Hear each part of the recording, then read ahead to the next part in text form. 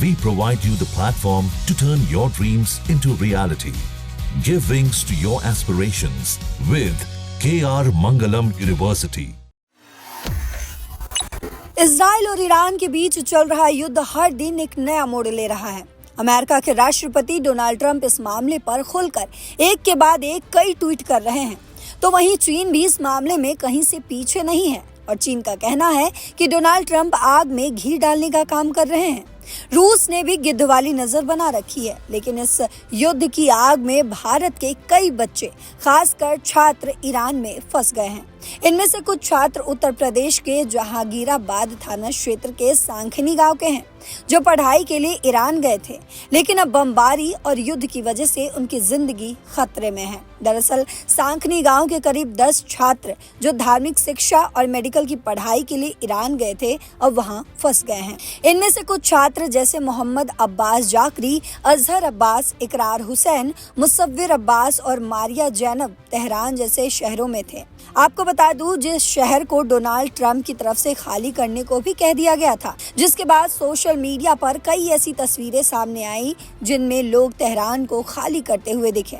वहीं तेहरान, जो ईरान का कैपिटल है, वो खाली होता हुआ दिखा। लेकिन युद्ध की वजह से हालात इतने खराब हो गए हैं कि इन्हें तेहरान से 100 किलोमीटर दूर कुम शहर में शिफ्ट करना पड़ा। मोहम्मद अब्बास ने अपने परिवार को बताया कि उनके हॉस्टल के पास ही मिसाइल गिरी, जिसमें उनके 5 साथियों की जान चली गई। सोचिए कितना डरावना माहौल होगा, जहां हर पल बम धमाकों की आवाजें सुनाई दे रही होंगी। आपको बता दें, ईरान में हवाई क्षेत्र बंद होने की वजह से फ्लाइट्स रद्द हो चुकी है। इन छात्रों के पास टिकट होने के बावजूद भी वो भारत नहीं लौट पा रहे हैं। उनके परिवार वाले पल पल फोन करके उनका हालचाल ले रहे हैं, लेकिन हर कोई डरा हुआ है। ये बच्चे जो डॉक्टर बनने या धार्मिक शिक्षा लेने का सपना लेकर गए थे, अब बस अपनी जान बचाने की दुआ कर रहे हैं। लेकिन इस बीच अच्छी खबर ये है कि भारत सरकार इस मामले को बहुत गंभीरता से ले रही है। विदेश मंत्रालय और तेहरान में भारतीय दूतावास लगातार इन छात्रों के संपर्क में है। अब तक करीब 110 छात्रों को ईरान के उमरिया शहर से आर्मेनिया की सीमा के रास्ते सुरक्षित निकाला जा चुका है। ये सभी जल्द ही दिल्ली पहुंचेंगे। इसके अलावा 600 से ज्यादा लोगों को तेहरान से कुम जैसे सुरक्षित शहरों में शिफ्ट किया गया है।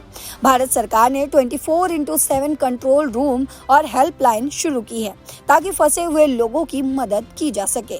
ईरान ने भी भारत की अपील का जवाब देते हुए कहा कि भले ही उनका हवाई क्षेत्र बंद है, लेकिन जमीनी रास्ते खुले हैं। यानी अजरबैजान, तुर्कमेनिस्तान और आर्मेनिया जैसे रास्तों से भारतीय को निकाला जा सकता है।